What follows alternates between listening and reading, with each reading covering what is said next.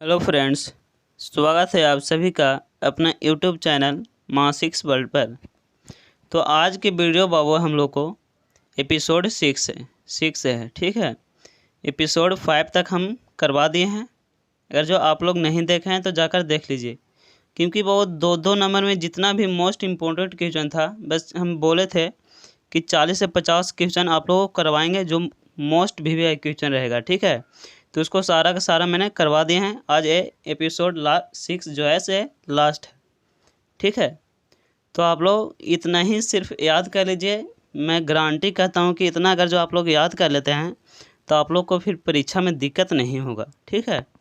तो चलिए अब हम चलते हैं एपिसोड 6 क्या कह रहा है देखते हैं। एपिसोड 6 जो कह रहा है बाबू, चालक की विद्युत धारिता क्या है।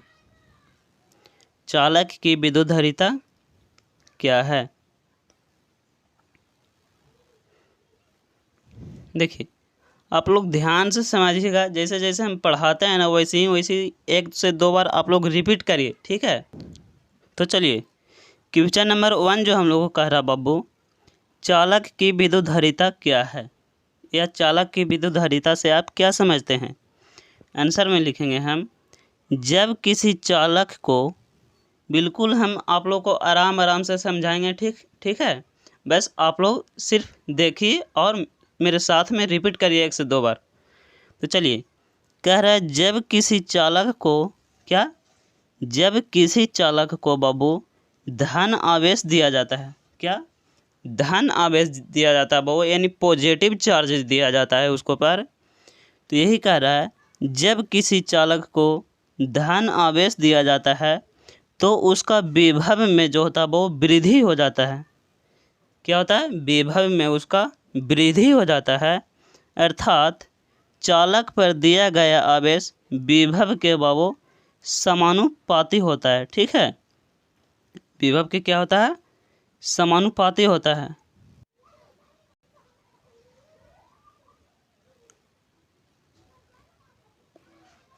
जैसे में देखिएगा इसको Q समानुपाती भी, ठीक है। इसको ऐसे भी लिख सकते हैं, Q बराबर क्या हो जाएगा, CV।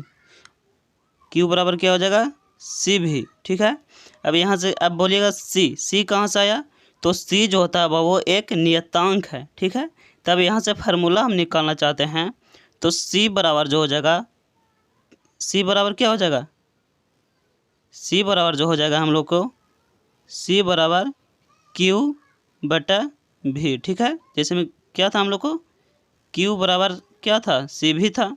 तो वो जो यहाँ CV था से जो भी यहाँ पे गुना में है, से गुना में है तो कहाँ चले आएगा, भागा में। तो C बराबर क्या होगा, Q/V। तो ये हो जाएगा फार्मूला, ठीक है। तो यही कह रहा है हम लोग को कि चालक की विद्युत धारिता क्या है या किसे कहते हैं। तो आंसर में, जब किसी चालक को बाबू धन आवेश दिया जाता है, जब किसी चालक को धन आवेश दिया जाता है तो उसका विभव में वृद्धि हो जाता है। अर्थात चालक पर दिया गया आवेश विभव के क्या होता है, समानुपाती होता है, यानी Q समानुपाती भी, ठीक है। और यहाँ एक Q बराबर क्या दे देंगे, C दे देंगे, और फिर भी और जो C होता है हम लोग को नियतांक होता है, तो C बराबर यहाँ से फार्मूला क्या निकाल जाएगा, Q/V, ठीक है। ये जो भी गुना में रहता है इसे कहाँ आ जाएगा, भागा में आ जाएगा। चलिए क्वेश्चन नंबर अगला देखते हैं। कह रहा है बाबू, स्थिर वैद्युत परीक्षण क्या है। ये स्थिर वैद्युत परीक्षण क्या है या किसे कहते हैं। आंसर में, स्थिर वैद्युत परीक्षण बाबू वह प्रतिक्रिया है, एकदम सिंपल तरीका से समझिएगा, एकदम बिल्कुल आराम से आप लोगों को समझाएंगे, ठीक है। स्थिर वैद्युत परीक्षण वह प्रतिक्रिया है जिसमें किसी आंतरिक आवेश क्षेत्र को बाबू क्या करता है, आंतरिक आवेश क्षेत्र को बाहरी विद्युत क्षेत्र से बचाता है। इसे फराडे पिंजरा भी कहते हैं। बाबू स्थिर वैद्युत परीक्षण को हम लोग फराडे पिंजरा भी कहते हैं, ठीक है। फिर से इसको देखिए, स्थिर वैद्युत परीक्षण क्या है या किसे कहते हैं। तो आंसर में कह रहा है, स्थिर वैद्युत परीक्षण वह प्रतिक्रिया है। स्थिर वैद्युत परीक्षण वह प्रतिक्रिया है जिसमें किसी आंतरिक आवेश क्षेत्र को बाबू बाहरी विद्युत क्षेत्र से क्या आंतरिक आवेश क्षेत्रों को क्या करता है, बाहरी विद्युत क्षेत्र से बचाया जाता है। ठीक है, इसे फराडे पिंजरा भी कहते हैं। क्या कहते हैं इसे? फराडे पिंजरा भी कहते हैं। ठीक है, तो चलिए क्वेश्चन नंबर अब हम लोग 3 देखते हैं। 3 हम लोग की क्वेश्चन क्या कह रहा है? 3 जो कह रहा है बाबू, विद्युत वाहक बल से आप क्या समझते हैं? मोस्ट VVI क्वेश्चन है। इस क्वेश्चन को ना आप लोग बिल्कुल छोड़कर मत जाइएगा। ठीक है, बस 2 से 3 बार इसको रिपीट कर लीजिएगा, बिल्कुल आसानी तरीक़ा से याद हो जाएगा। और ये क्वेश्चन बाबू अधिकतर बार पूछा गया है क्वेश्चन।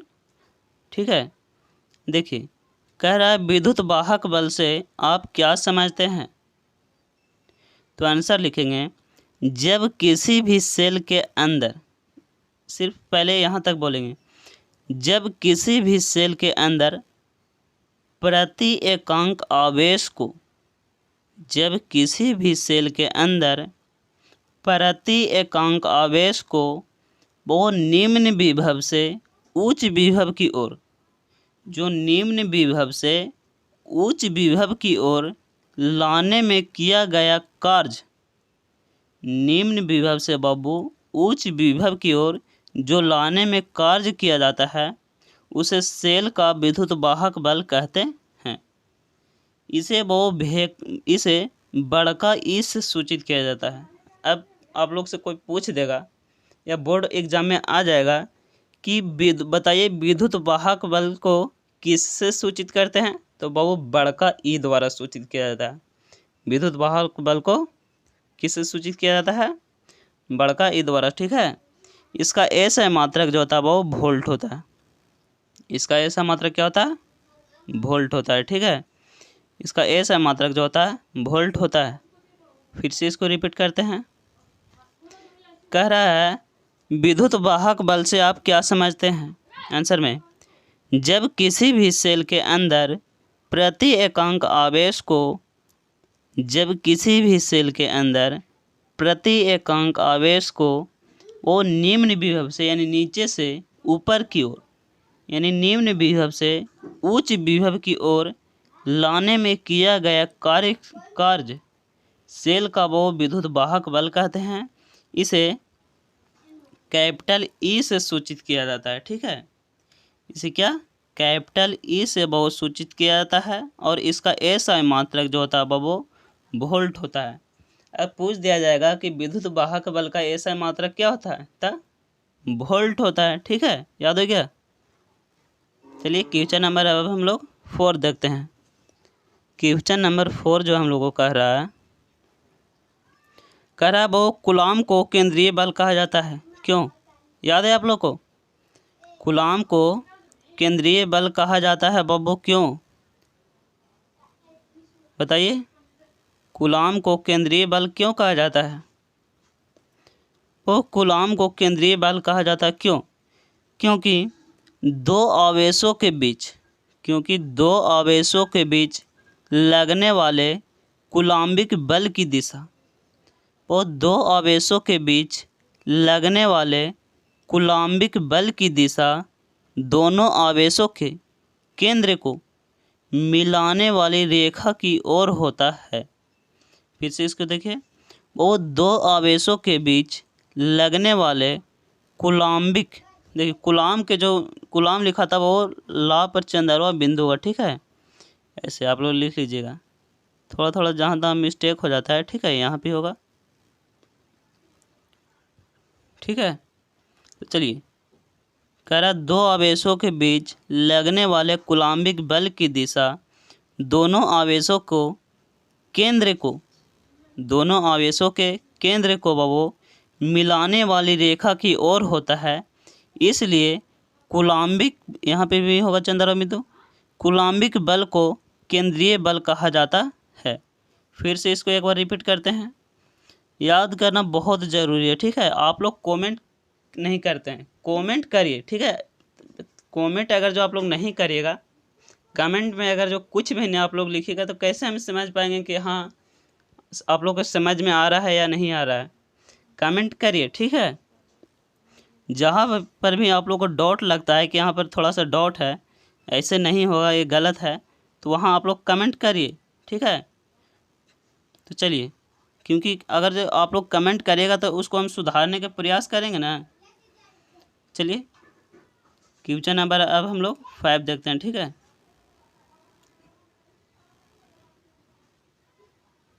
क्वेश्चन नंबर 5 जो कह रहा है परीक्षण आवेश क्या है।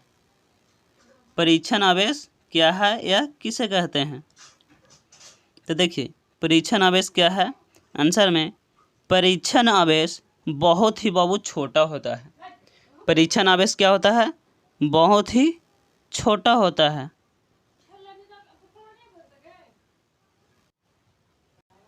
देखिए कह रहा है परीक्षण आवेश क्या है। वो परीक्षण आवेश जो है से क्या है, तो परीक्षण आवेश बहुत ही बहुत छोटा होता है। क्या होता है, परीक्षण आवेश बहुत ही छोटा होता है बब्बू।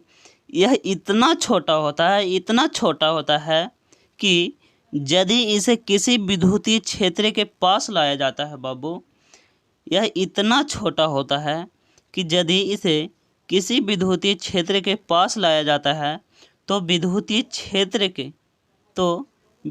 क्षेत्र के परिमाण तथा दिशा में कोई परिवर्तन नहीं होता है। वो परिमाण तथा दिशा में कोई परिवर्तन नहीं होता है। इसे हम लोग क्या कहते हैं, धनात्मक परिपाटी भिन्न कहते हैं, ठीक है। फिर से इसको देखिए, परीक्षण आवेश क्या है, ठीक है। ये आप लोग को 2024 के लिए मोस्ट भी भाई क्वेश्चन है, क्योंकि कई बार पूछा गया है ये प्रश्न है, ठीक है। तो आप लोग इस प्रश्न को ना थोड़ा ध्यान दीजिएगा। कह रहा है परीक्षण आवेश क्या है, तो परीक्षण आवेश बहुत ही छोटा होता है। यह इतना छोटा होता है, इतना छोटा होता है कि यदि इसे विद्युतीय क्षेत्र के पास लाया जाता है बब्बू, यदि इसे किसी विद्युतीय क्षेत्र के पास लाया जाता है तो विद्युतीय क्षेत्र के परिमाण तथा दिशा में कोई परिवर्तन नहीं होता है, यानी जे के ते रहता है, ठीक है। कोई परिवर्तन नहीं होता है। इसे धनात्मक परिपाटी भी कहते हैं। इसे क्या कहते हैं, धनात्मक परिपाटी भी कहते हैं। अगर जो आप लोगों से पूछ दिया जाएगा कि धनात्मक परिपाटी किसे कहते हैं, तो सेम यही लिखना है कि परीक्षण आवेश बहुत ही छोटा होता है। यह इतना छोटा होता है कि यदि इसे किसी विद्युतीय क्षेत्र के पास लाया जाता है तो विद्युतीय क्षेत्र के परिमाण तथा दिशा में कोई परिवर्तन नहीं होता है। इसी को हम लोग धनात्मक परिपाटी कहते हैं, ठीक है। चलिए क्वेश्चन नंबर अब हम लोग अगला देखते हैं। चलिए अगला जो क्वेश्चन है, आवेश क्या है।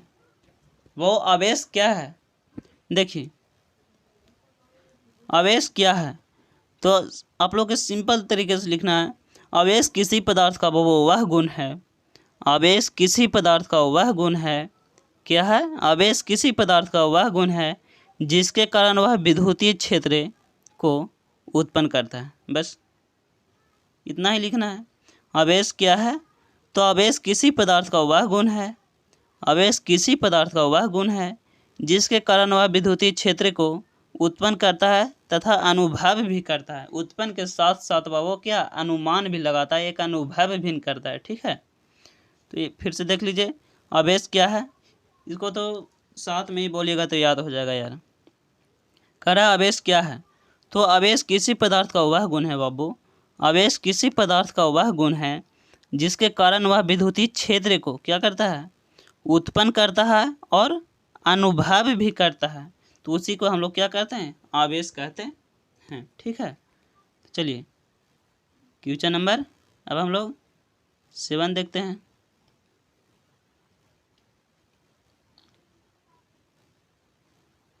चलिए क्वेश्चन नंबर जो हम लोग को 7 कह रहा है, विद्युतीय बल क्या है।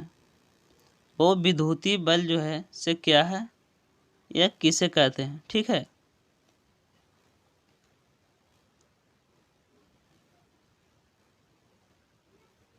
चलिए विद्युतीय बल क्या है, तो जब किसी आवेश को क्या कहा, विद्युतीय बल क्या है, तो जब किसी आवेश को किसी विद्युतीय क्षेत्र में रखा जाता है, ठीक है, वो जब कोई भी आवेश को किसी भी विद्युतीय क्षेत्र में क्या करता जाता है, रखा जाता है, ठीक है। जब किसी आवेश को किसी विद्युतीय क्षेत्र में रखा जाता है तो विद्युतीय क्षेत्र के द्वारा आवेश पर बल एक बल लगता है। कितने बल लगता है, एक बल लगता है, जिसे विद्युतीय बल कहते हैं, ठीक है। देखिए कह रहा है विद्युतीय बल क्या है, विद्युतीय बल क्या है, तो जब किसी आवेश को किसी विद्युतीय क्षेत्र में रखा जाता है बाबू, जब किसी आवेश को किसी विद्युतीय क्षेत्र में रखा जाता है तो विद्युतीय क्षेत्र के द्वारा आवेश पर बल कितने बल लगता है, एक बल लगता है, जिसे विद्युतीय बल कहते हैं। चलिए क्वेश्चन नंबर अब हम लोग 8 देखते हैं। विद्युत धारा क्या है, आप लोग को याद है विद्युत धारा क्या है, बताइए। विद्युत धारा क्या है, किसी भी धातु के अनुप्रस्थ काट से बाबू, किसी भी धातु के अनुप्रस्थ काट से प्रवाहित होने वाली,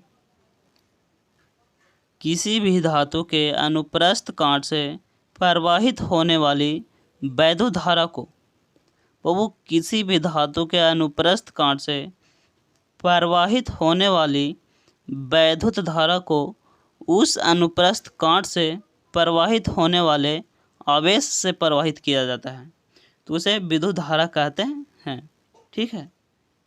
फिर से इसको देखिए, कह रहा है विद्युत धारा क्या है, तो किसी भी धातु के, किसी भी बाबू धातु के, कोई भी धातु के अनुप्रस्थ काट से, किसी भी धातु के अनुप्रस्थ काट से प्रवाहित होने वाली वैद्युत धारा को उस अनुप्रस्थ काट से प्रवाहित होने वाले आवेश से प्रवाहित किया जाता है। किसे, आवेश से, ठीक है। उसी को हम लोग क्या कहते हैं, विद्युत धारा कहते हैं।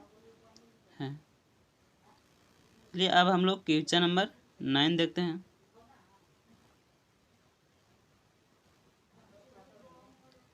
कह रहा वो धारा घनत्व क्या है, मोस्ट वीवीआई क्वेश्चन है वो, धारा घनत्व क्या है। कई बार प्रश्न आप लोग को पूछा गया है, तो इसलिए आप लोग 2024 में इसको एकदम रट कर जाइएगा, ठीक है।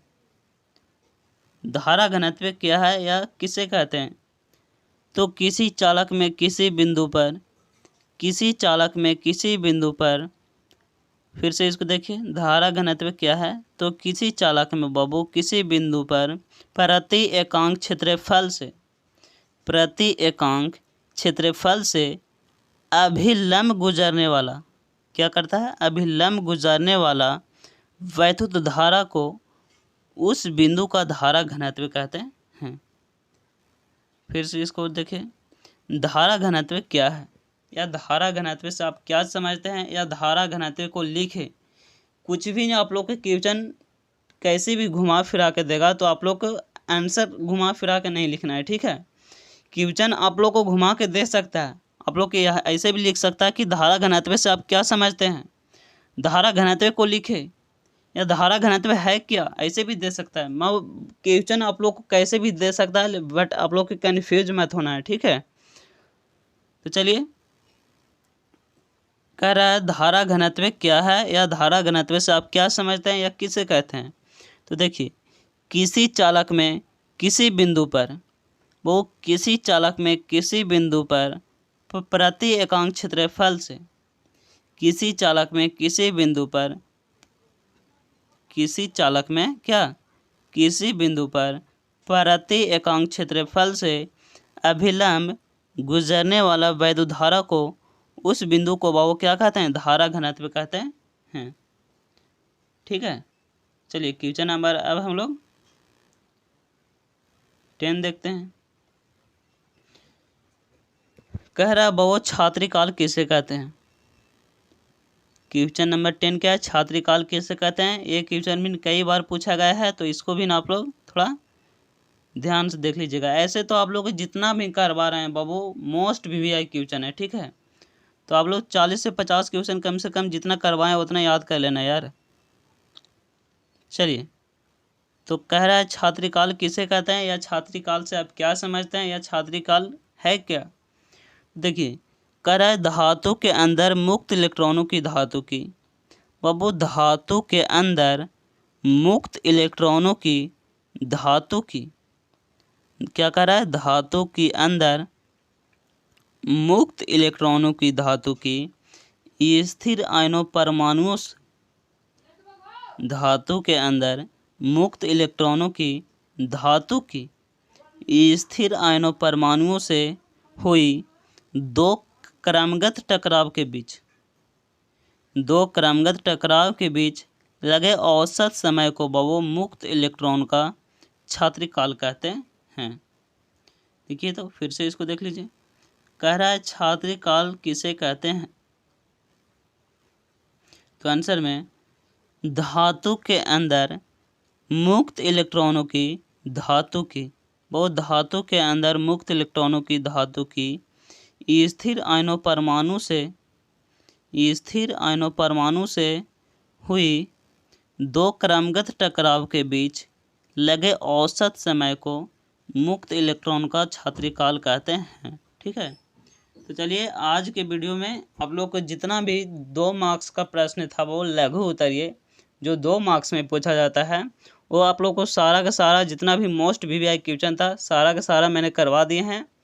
आप लोग को कितना क्वेश्चन करवाया गया, कम से कम 40 से 45 क्वेश्चन हो गया होगा। तो आप लोग सिर्फ इतना ही कम से कम याद कर लीजिए, ठीक है।